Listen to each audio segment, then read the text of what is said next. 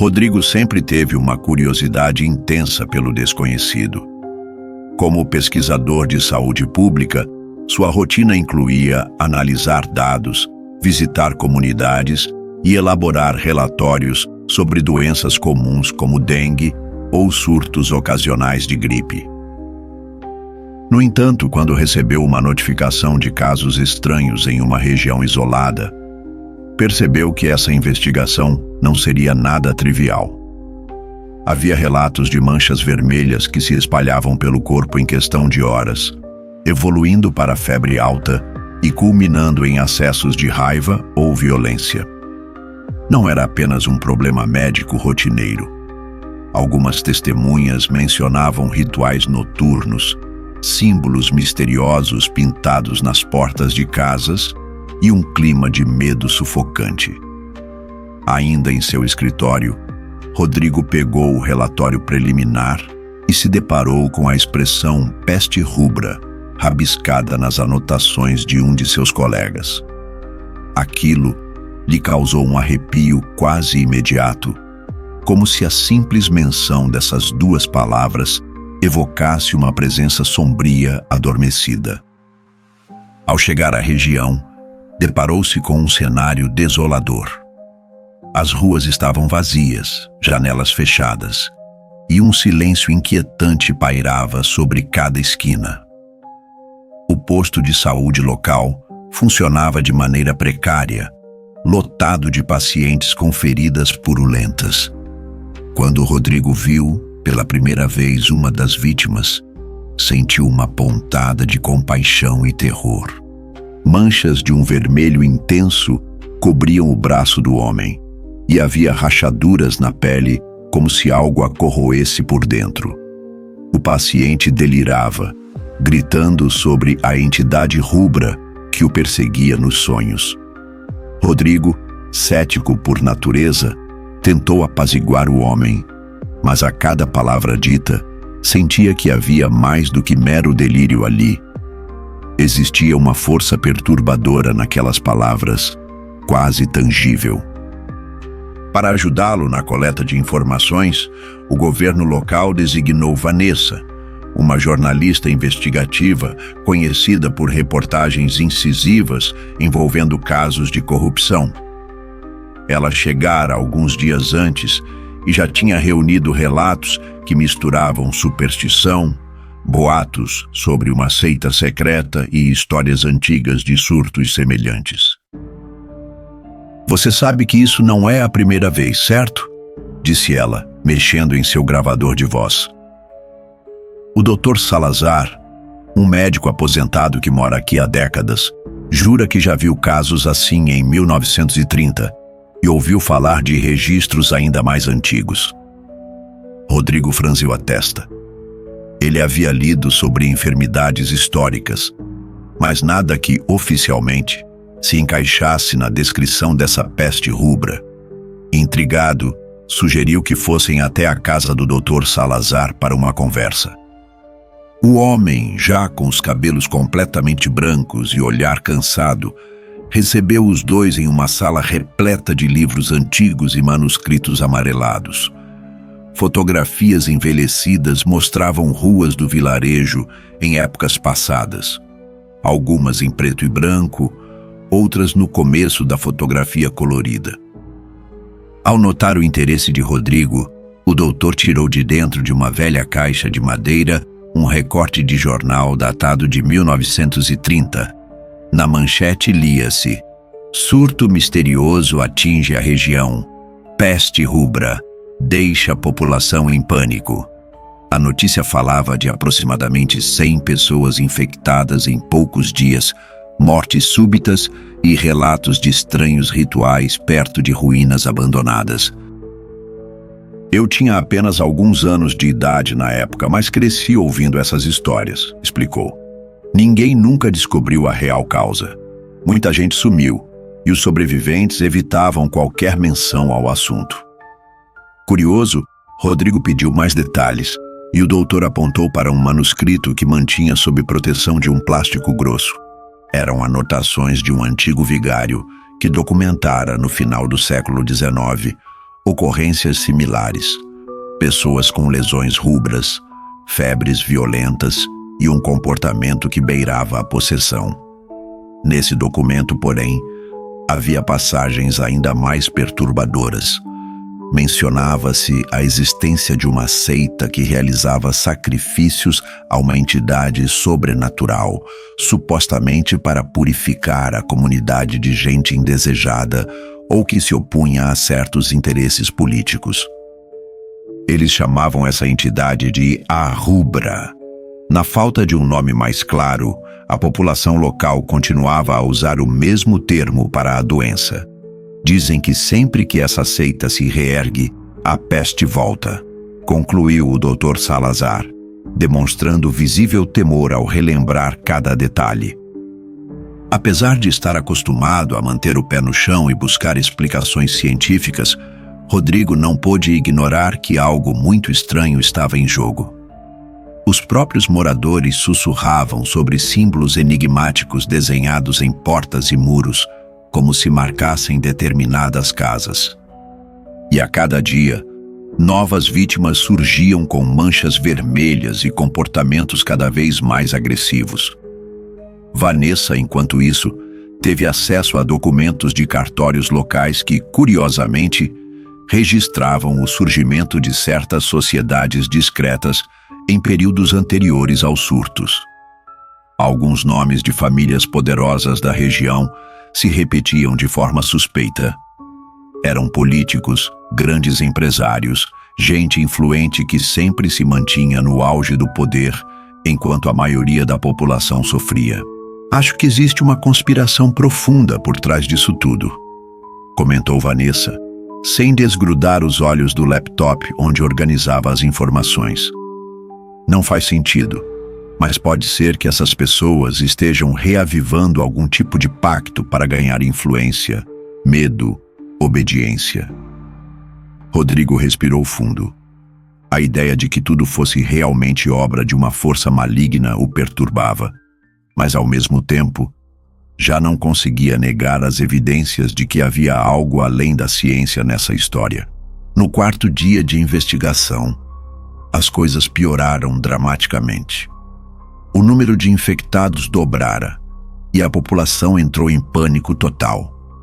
Famílias inteiras abandonavam suas casas, enquanto comerciantes fechavam as portas com tábuas de madeira pregadas. As poucas autoridades locais pareciam paralisadas, ou pior ainda, coniventes. Rodrigo atendeu um caso particularmente assustador. Um homem, antes pacato e tranquilo, agora urrava como um animal enjaulado e se debatia contra qualquer tentativa de ajuda. Em seu delírio, ele repetia frases sobre vozes que o instruíam a sacrificar aqueles que fossem contrários à grande purificação. Aquilo, somado aos sinais clínicos, fazia Rodrigo se questionar se a doença não agia em dois níveis, o físico e o espiritual. Dr. Salazar, vendo o avanço da peste, revelou ter mais alguns documentos, desta vez escondidos para não cair nas mãos erradas. Neles, havia rituais descritos passo a passo, escritos por antigos membros de uma confraria supostamente criada para combater a entidade rubra. Aparentemente, essa confraria surgira em algum momento do século XIX, quando um surto anterior quase dizimou a população local. As anotações explicavam que a doença era alimentada por sacrifícios humanos, sangue derramado em altares clandestinos e rezas proibidas. Se esses rituais fossem interrompidos ou, melhor ainda, revertidos, o pacto seria quebrado e a doença perderia sua força. Parece uma coisa saindo de um conto de terror, disse Rodrigo, sentindo um misto de receio e esperança ao folhear aquelas páginas amareladas. Contudo, enquanto essa descoberta trazia alguma possibilidade de solução, a situação na cidade se agravava de modo irreversível. Pelas ruas, corpos começavam a aparecer estirados, e algumas pessoas infectadas pareciam vagar sem rumo, arrastando-se e cuspindo um líquido avermelhado.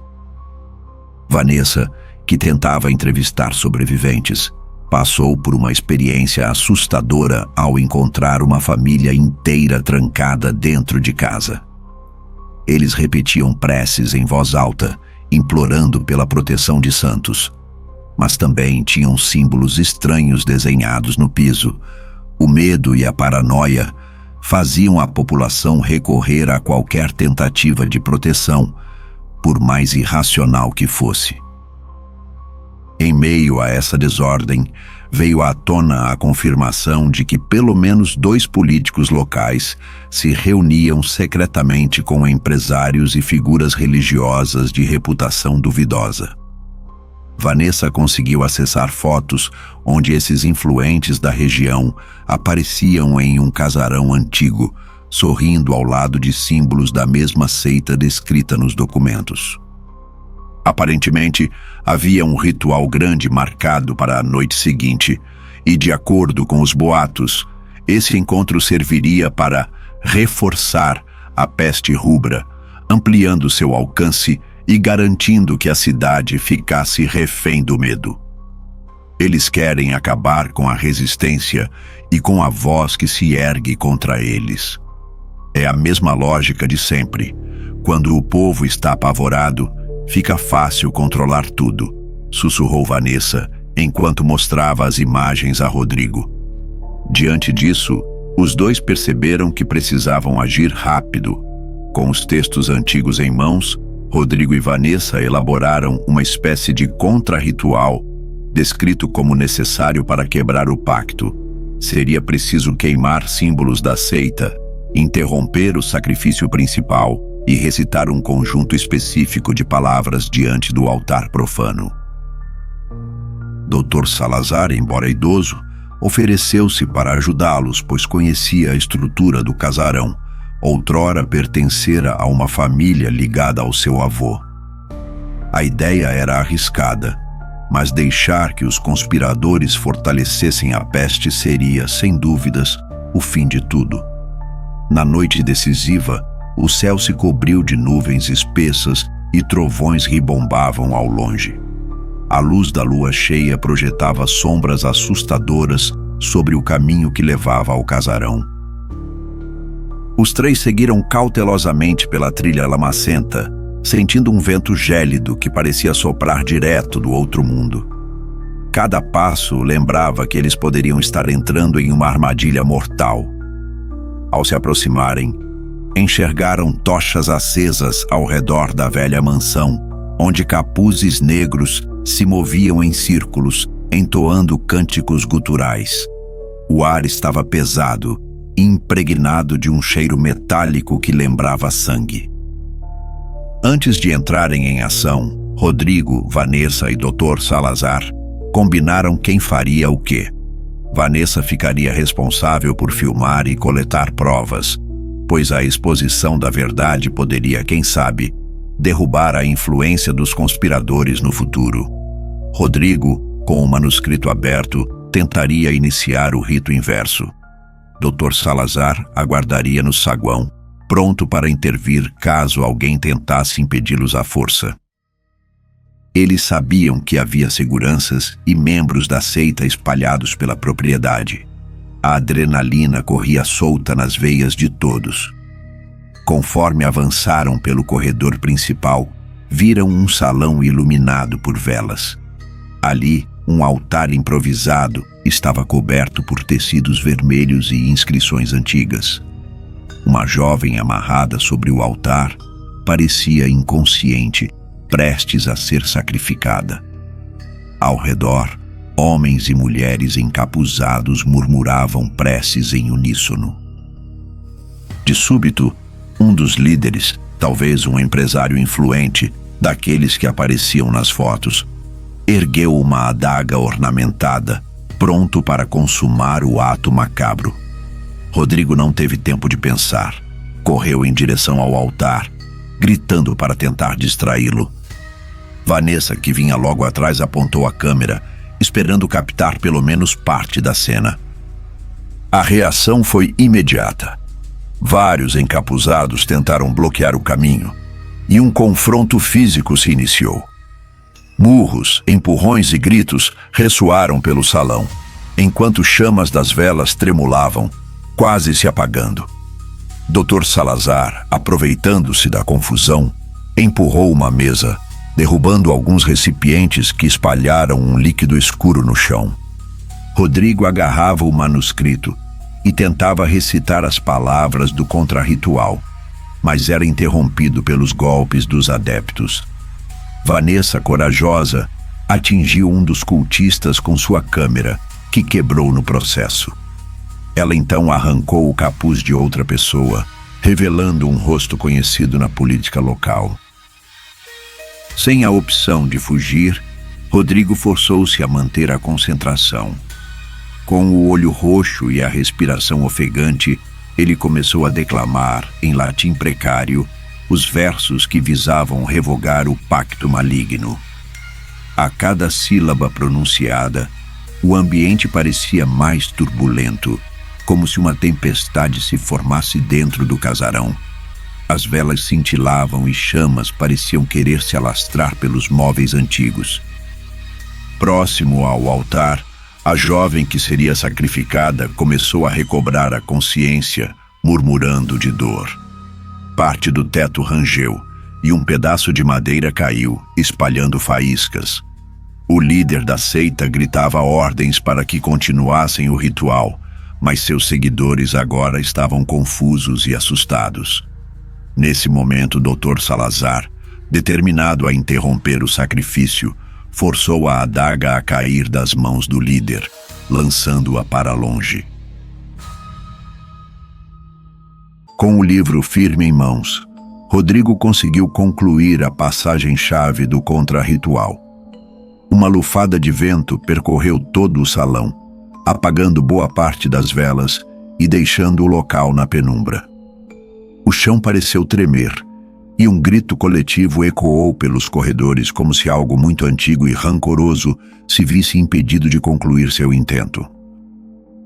Com o rompimento do pacto, uma sensação de alívio quase indescritível tomou conta de Rodrigo e Vanessa.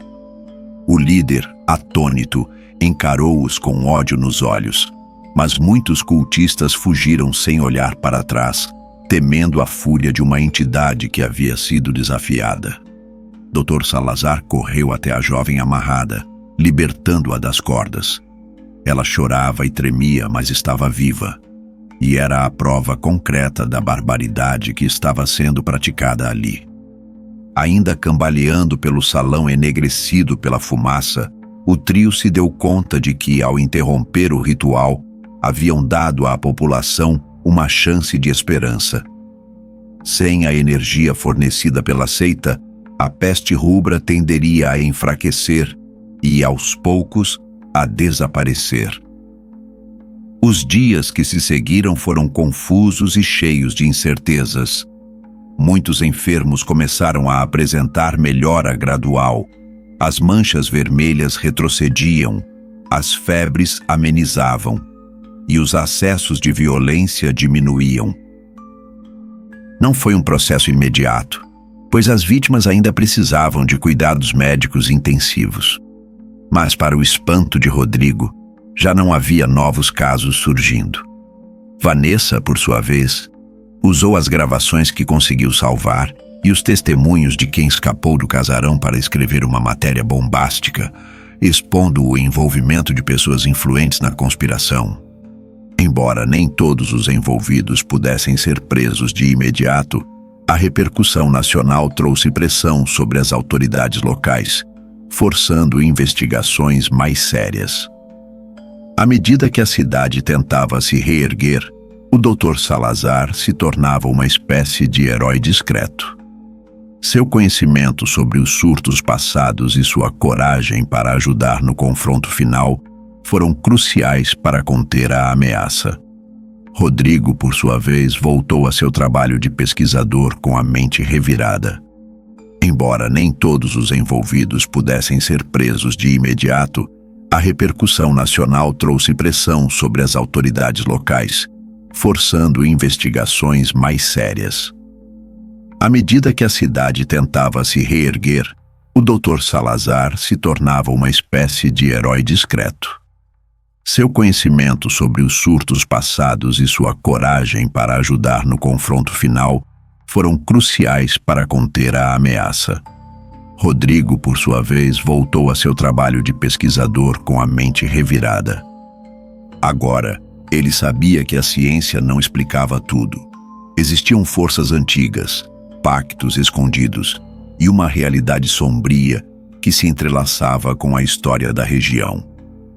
Sentado em seu pequeno escritório, ele revisava laudos médicos sobre a doença rubra, mas cada vez que tentava dar um desfecho puramente científico, esbarrava nos indícios de algo sobrenatural.